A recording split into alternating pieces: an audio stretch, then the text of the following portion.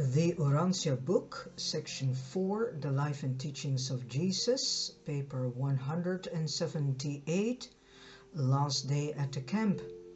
Jesus planned to spend this Thursday, his last free day on earth, as a divine Son incarnated in the flesh with his apostles and a few loyal, devoted disciples. Soon after the breakfast hour on this beautiful morning, the Master led them to a secluded spot a short distance above their camp, and there taught them many new truths. Although Jesus delivered other discourses to the apostles during the early evening hours of the day, this talk of Thursday forenoon was his farewell address to the combined camp group of apostles and chosen disciples, both Jews and Gentiles. The 12 were all present, save Judas. Peter and several of the apostles remarked about his absence, and some of them thought that Jesus had sent him into the city to attend to some matter, probably to arrange the details for their forthcoming celebration of the Passover. Judas did not return to the camp until mid-afternoon, a short time before Jesus led the 12 into Jerusalem to partake of the Last Supper. 1. Discourse of Sonship on point 1. Discourse on sonship and citizenship. I don't know why I wanted to say of. So Jesus talked to about 50 of his trusted followers for almost 2 hours and answered a score of questions regarding the relation of the kingdom of heaven to the kingdoms of this world, concerning the relation of sonship with God to citizenship in earthly governments. This discourse, together with his answers to questions, may be summarized and restated in modern language as follows. The kingdoms of this world, being material, may often find it necessary to employ physical force in the execution of their laws and for the maintenance of order. In the kingdom of heaven, true believers will not resort to the employment of physical force, the kingdom of heaven being a spiritual brotherhood of the spirit-born sons of God, may be promulgated only by the power of the Spirit. So this distinction of procedure refers to the relations of the kingdom of believers to the kingdoms of secular government, and does not nullify the right of social groups of believers to maintain order in their ranks and administer discipline upon unruly and unworthy members. There is nothing incompatible between sonship in the spiritual kingdom and citizenship in the secular or civil government. It is the believer's duty to render to Caesar the things which are Caesar's, and to God the things which are of God's. There cannot be any disagreement between these two requirements, the one being material and the other spiritual, unless it should develop that a Caesar presumes to usurp the prerogatives of God and demand that spiritual homage and supreme worship be rendered to him. In such a case, you shall worship only God, while you seek to enlighten such misguided earthly rulers, and in this way lead them also to recognition of the Father in heaven. You shall not render spiritual worship to earthly rulers, neither should you employ the physical forces of earthly governments, whose rulers may sometime become believers, in the work of furthering the mission of the spiritual kingdom. Sonship in the kingdom from the standpoint of advancing civilization should assist you in becoming the ideal citizens of the kingdoms of this world, since brotherhood and service are the cornerstones of the gospel of the kingdom. The love call of the spiritual kingdom should prove to be effective destroyer of the hate urge of the unbelieving and war-minded citizens of the earthly kingdoms. But these material-minded sons in darkness will never know of your spiritual light of truth unless you draw near them with that unselfish social service which is the natural outgrowth of the bearing of the fruits of the Spirit in the life experience of each individual believer. As mortal and material men, you are indeed citizens of the earthly kingdoms, and you should be good citizens, all the better for having become reborn spirit sons of the heavenly kingdom. As faith enlightened and spirit liberated sons of the kingdom of heaven, you face a double responsibility of duty to men and duty to God, while you voluntarily assume a third and sacred obligation, service to the brotherhood of God-knowing believers. You may not worship your temporal rulers, and you should not employ temporal power in the furtherance of the spiritual kingdom. But you should manifest the righteous ministry of loving service to believers and unbelievers alike. In the gospel of the kingdom there resides the mighty Spirit of truth, and presently I will pour out this same Spirit upon all flesh, the fruits of the Spirit. Your sincere and loving service are the mighty social lever to uplift the races of darkness, and this Spirit of truth will become your power, multiplying fulcrum.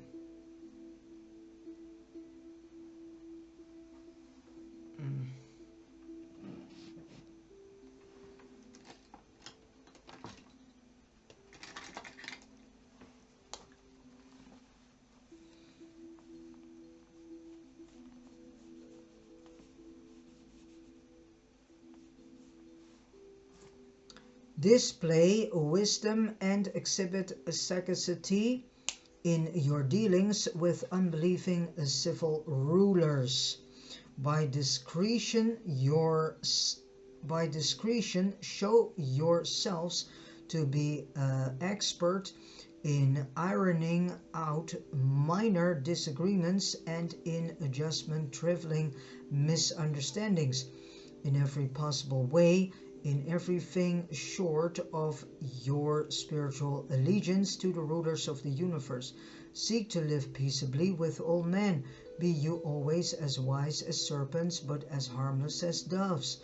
You should be made all the better citizens of the secular government as a result of becoming enlightened sons of the kingdom. So should the rulers of the earthly governments become all the better rulers in civil affairs as a result of believing this gospel of the heavenly kingdom. The attitude of unselfish service of men and intelligent worship of God should make all kingdom believers better world citizens, while the attitude of honest citizenship and sincere devotion to one's temporal duty should help to make such a citizen the more easily reached by the Spirit call to sonship in the heavenly kingdom. So long as the rulers of earthly government seek to exercise the authority of religious dictators, you who believe this gospel can expect only trouble. Persecution and even death. Be the very light which you bear to the world. and even the very manner in which you will suffer and die for this gospel of the kingdom will in themselves eventually enlighten the whole world and result in the gradual divorcement of politics and religion. And the gradual divorcement of politics and religion. The persistent preaching of this gospel of the kingdom will someday bring to all nations a new and unbelievable liberation, intellectual freedom, and religious liberty.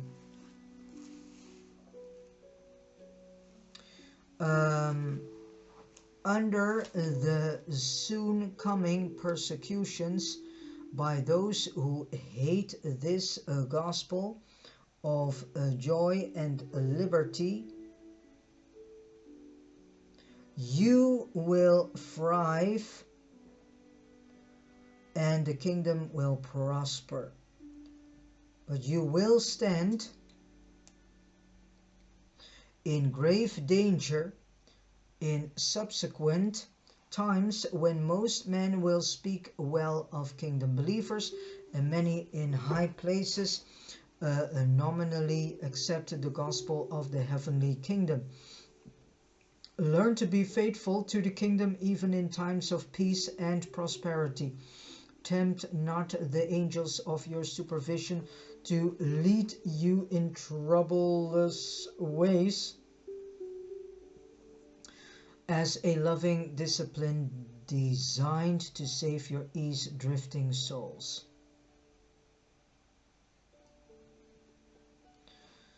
Oh, wait a minute. Tempt not the angels of your supervision to lead you in troublous ways, as a loving discipline designed to save your ease-drifting souls. Remember that you are commissioned to preach this gospel of the kingdom, the supreme desire to do the Father's will, coupled with the supreme joy of the faith realization of sonship with God. And you must not allow anything to divert your devotion to this one duty. Let all mankind benefit from the overflow of your loving spiritual ministry, enlightening intellectual communion, and uplifting social service, but none of these humanitarian labors, nor all of them, should be permitted to take the place of proclaiming the gospel. These mighty ministrations are the social byproducts of the still more mighty and sublime ministrations and transformations wrought in the heart of the kingdom believer by the living Spirit of truth and by the personal realization that faith of a spirit-born man confers the assurance of living fellowship with the eternal God. You must not seek to promulgate truth nor to establish righteousness by the power of civil governments or by the enaction of secular laws. You may always labor to persuade men's minds, but you must never dare to compel them. You must not forget the great law of human fairness, which I have taught you in positive form. Whatsoever you would that men should do to you, do even so to them. So when a kingdom believer is called upon to serve the civil government, let him render such service as a temporal citizen of such a government, albeit such a believer should display in his civil service all of the ordinary traits of citizenship as they have been announced by the spiritual enlightenment of the ennobling association of the mind of mortal man with the indwelling spirit of the eternal living God. If the unbeliever can qualify as a superior civil servant, you should seriously question whether the roots of truth in your heart have not died from the lack of the living waters of combined spiritual communion and social service. The consciousness of sonship with God should quicken the entire life service of every man, woman, and child who has become the possessor of such a mighty stimulus to all the inherent powers of a human personality. You are not to be passive mystics or colorless ascetics. You should not become dreamers and drifters, supinely trusting in a fictitious providence to provide even the necessities of life. You are indeed to be gentle in your dealings with erring mortals, patient in your intercourse with ignorant men, and forbearing under provocation, but you are also to be valiant in defense of righteousness, mighty in the promulgation of truth, and aggressive in the preaching of this gospel of the kingdom, even to the ends of the earth. This gospel of the kingdom is a living truth. I have told you it is like the leaven in the dough, like the grain of mustard seed. And now I declare that it is like the seed of the living being, which from generation to generation, while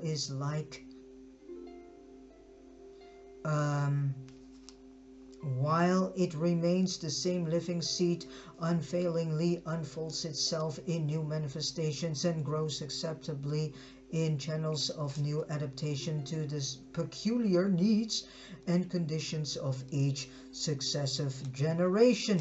The revelation I have made to you is a living revelation, and I desire that it shall bear appropriate fruits in each individual and in each generation in accordance with the laws of spiritual growth. Okay.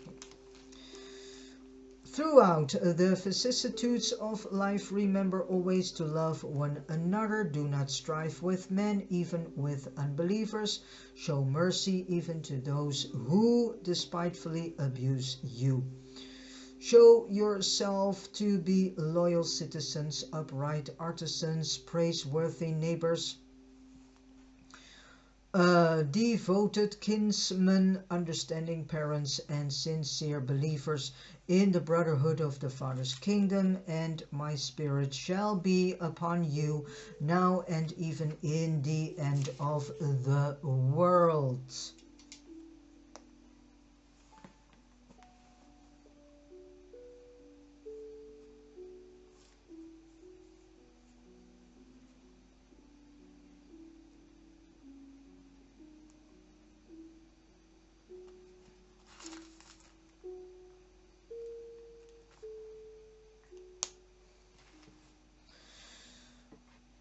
When Jesus had concluded his teaching, it was almost 1 o'clock, and they immediately went back to the camp, where David and his associates had lunch ready for them. Okay, second, after the noontime meal. So not many of the master's hearers were able to take in even a part of his forenoon address. Of all who heard him, the Greeks comprehended most. Even the 11 apostles were bewildered by his allusions to future political kingdoms and to successive generations of kingdom believers. Jesus' most devoted followers could not reconcile the impending end of his earthly ministry with these references to an extended future of gospel activities. Some of these Jewish believers were beginning to sense that Earth's greatest tragedy was about to take place, but they could not reconcile such an impending disaster with either the Master's cheerfully indifferent personal attitude or his forenoon discourse, wherein he repeatedly alluded to the future transactions of the heavenly kingdom, extending over vast stretches of time and embracing relations with many and successive temporal kingdoms on earth. Okay, by noon this day, All the apostles and disciples had learned about the hasty flight of Lazarus from Bethany. They began to sense the grim determination of the Jewish rulers to exterminate Jesus and his teachings. David Zebedee, through the work of his secret agents in Jerusalem, was fully advised concerning the progress of the plan to arrest and kill Jesus. He knew well about the part of Judas in this plot, but he never disclosed this knowledge to the other apostles nor to any of the disciples. Shortly after lunch, he did lead Jesus aside and, making bold, asked him whether he knew, but he never got further with his question. The master, holding up his hand, stopped him, saying, "Yes, David, I know all about it, and I know that you know, but see to it that you tell no man. Only doubt not in your own heart that the will of God will prevail in the end."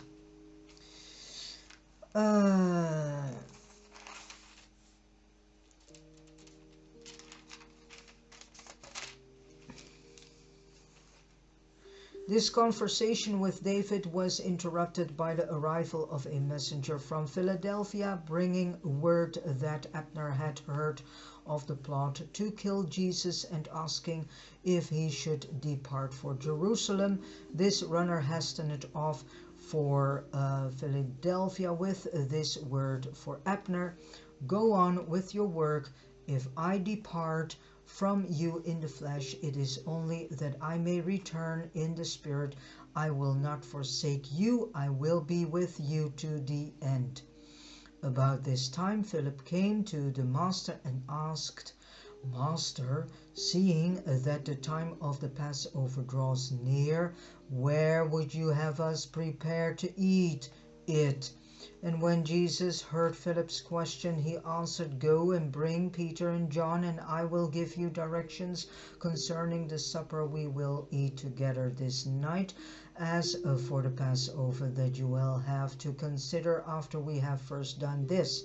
When Judas heard the master speaking with Philip about these matters, he drew closer that he might overhear their conversation, but David Zebedee, who was standing near, stepped up and engaged Judas in conversation, while Philip, Peter, and John went to one side to talk with the master. Said Jesus to the three, "Go immediately into Jerusalem, and as you enter the gate you will meet a man bearing a water pitcher. He will speak to you, and then shall you follow him. When he leads you to a certain house, go in after him. So go in after him and ask the good man of that house, where is the guest chamber wherein the master is to eat supper with his apostles? And when you have thus inquired, this householder will show you a large upper room, all furnished and ready for us."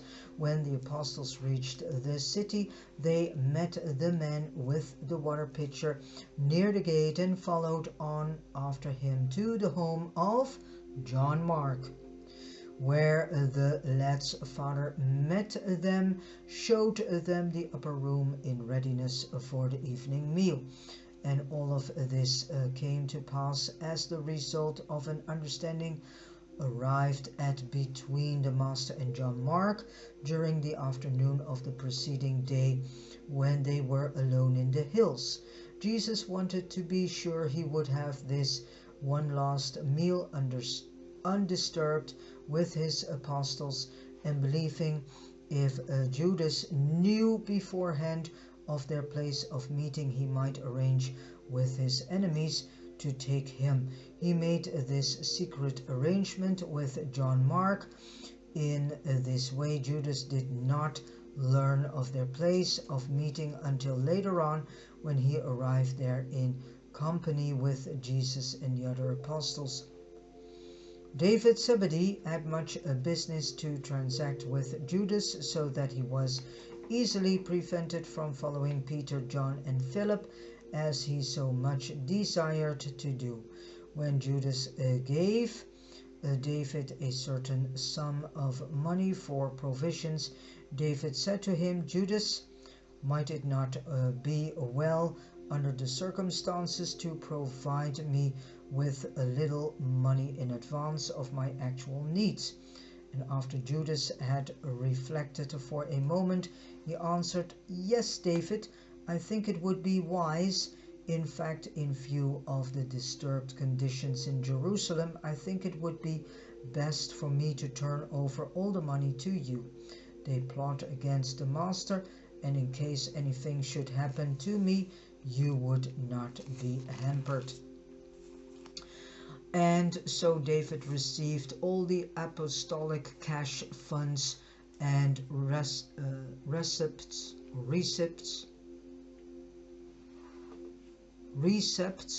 for all money on deposit. Not until the evening of the next day did the apostles learn of this transaction.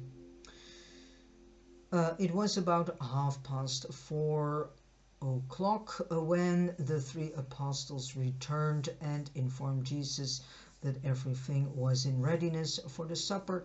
The master immediately prepared to lead his 12 apostles over the trail to the Bethany road and on into Jerusalem, and this was the last journey he, Jesus, known as Michael of Nebadon, ever made with all 12 of the apostles.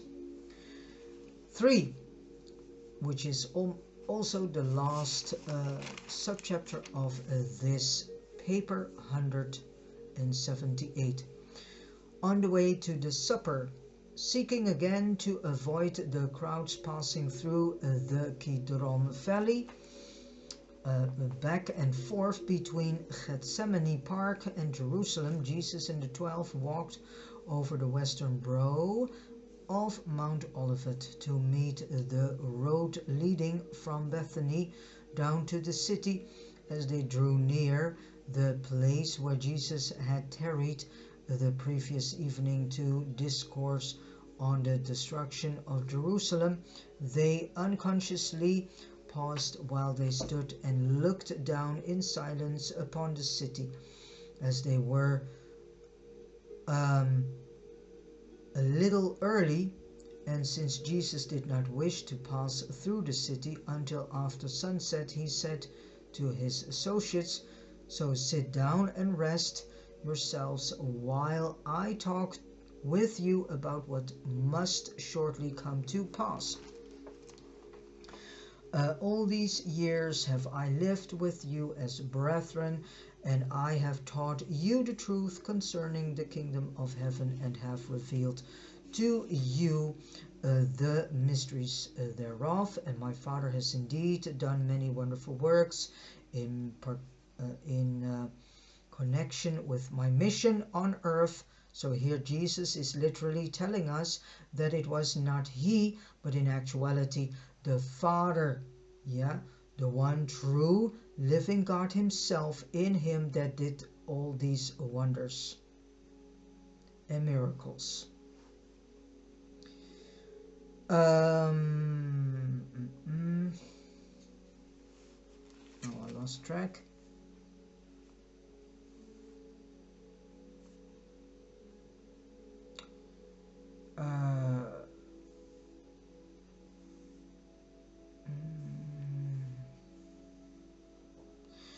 And you will bear me witness that I have for some time warned you that I must presently return to the work the Father has given me to do. I have plainly told you that I turn to the work of the Father, which he has given me to do. I have plainly told you that I must leave you in the world to carry on the work of the kingdom. It was for this purpose that I set you apart in the hills of Capernaum. The experience you have had with me You must now make ready to share with others as the Father sent me into this world, so am I about to send you forth to represent me and finish the work I have begun. You look down on yonder city in sorrow, for you have heard my words telling of the end of Jerusalem. I have forewarned you, lest you should perish in her destruction, and so delay the proclamation of the gospel of the kingdom. Likewise do I warn you to take heed, lest you needlessly expose yourselves to peril. When they come to take the Son of Man, I must go, but you are to remain to witness to this gospel when I have gone, even as I directed that Lazarus flee from the wrath of man, that he might live to make known the glory of God. If it is the Father's will that I depart, nothing you may do can frustrate the divine plan. So take heed to yourselves, lest they kill you also. Let your souls be valiant in defense of the gospel by spirit power, but be not misled into any foolish attempt to defend the Son of Man. I need no defense by the hand of man. The armies of heaven, are even now near at hand, but I am determined to do the will of my Father in heaven, and therefore must we submit to that which is soon to come upon us. When you see this city destroyed, forget not that you have entered already upon the eternal life of endless service in the ever advancing kingdom of heaven, even of the heaven of heavens, which means universe of universes. That's what is meant with heaven of heavens. The universe of universes. There are 7 of them. And we, better said, Urantia is part of the 7th universe, known as Orvanten. You should know that in my Father's universe and in mine are many abodes. Here he points to the mentioned worlds, and that there awaits the children of light the revelation of cities, whose builder is the one true living God, and worlds whose habit of life is righteousness and joy in the truth. Again, referring to the mentioned worlds. I have brought the kingdom of heaven to you here on earth, but I declare that all of you who by faith enter therein and remain therein by the living service of truth shall surely ascend to the worlds on high and sit with me in the spirit kingdom of our Father. But first must you gird yourselves and complete the work which you have begun with me. So you must first pass through much tribulation and endure many sorrows, and these trials are even now upon us. And when you have finished your work on earth, you shall come to my joy, even as I have finished my Father's work on earth and am about to return to his embrace. When the Master had spoken, he arose, and they all followed him down Olivet and into the city. None of the apostles, save 3, knew where they were going as they made their way along the narrow streets in the approaching darkness. The crowds jostled them, but no one recognized them, nor knew that the Son of God was passing by on his way to the last mortal rendezvous with his chosen ambassadors of the kingdom. And neither did the apostles know that one of their own number had already entered into a conspiracy to betray the Master into the hands of his enemies. So John Mark had followed them all the way into the city, and after they had entered the gate, he hurried on by another street, so that he was waiting to welcome them to his Father's home when they arrived. And with this said, I have come to the end of reading this paper 178. Thank you so much for listening, and God bless you.